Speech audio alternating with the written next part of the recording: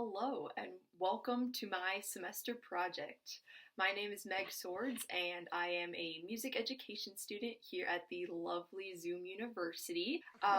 Thinking about how I will use piano in my future career, my first thought was my high school assistant band director. She is a wonderful piano player and she utilized her skills in both band and choir. She played piano in the orchestra pit for school musicals, and she accompanied students in their solos for contest. After she moved away, I heard that a lot of the students had trouble finding accompanists, especially because they can get expensive. So learning to accompany students for their solos is one of my big goals as a band director. And hiring an accompanist, again, it can be really expensive, especially if I'm teaching at like an inner city school or something. So I want to be able to do it for free and give all my students an equal opportunity to perform and show what they can do. It will probably take me a long time to get to that level. So I figured for my semester project, I could find something a little bit easier, still like a real accompaniment, but just something that is manageable in the amount of time I have. Before I did all that, though, I had to learn the basics about how I would be an accompanist. So a Google search brought me to an article called 10 Tips for Beginning Accompanists. There were 7 of them that I could really actually apply to my project. 1. Begin with the ending in mind and know the performance tempo.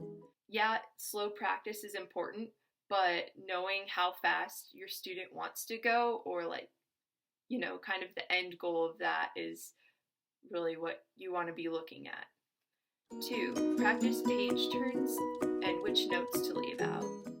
Yeah, so a lot of scores have many pages. You want to be able to turn it in time and just know the unimportant things that you can leave out. Luckily for me, I didn't have to do that with my project, but if I did, that would be important.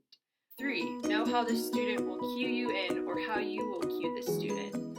So in my experience as a solo performer, when like the soloist and the piano come in at the same time, it's usually the soloist who will cue, but when the piano has an interlude, the accompanist will like nod or something so that the soloist knows like when to come back in. So being able to do that is going to help students out a lot. 4. Help the students' musicality by playing musically yourself. So piano, the accompaniment is like the foundation of like the piece. So if you play the dynamic level or you play legato whenever they need to be more lyrical, that'll help them out a lot in their style. 5. Know where any mistakes may occur so you are prepared to help the student get back on track. Mistakes do happen, and it's important to practice together a lot before the performance day, just so you know where errors might occur, and always being able to meet the student where they are. Like if they skip over an entire line, you have to be able to adjust and go along with them. 6. Bring out melodies that will help the students counting and entrances. As a soloist, I would always think like, oh, when I hear like an F sharp on the piano, I come in right after that. Or, oh, this triplet figure that the piano has is at this measure, so I know where that is. And just having those auditory cues can help a lot.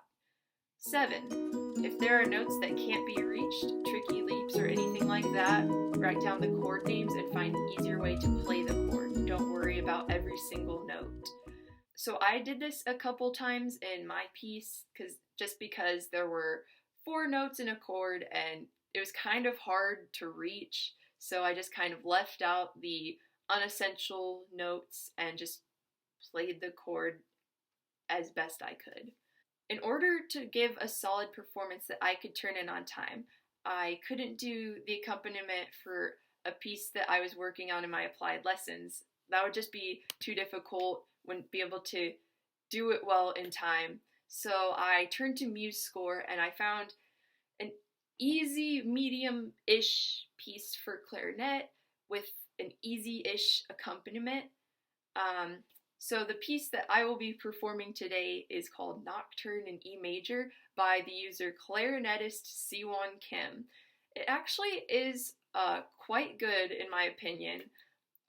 So to prepare for this performance, I worked on the piano part for about 15 to 30 minutes a day, and I also recorded the clarinet part beforehand so I could play along with that.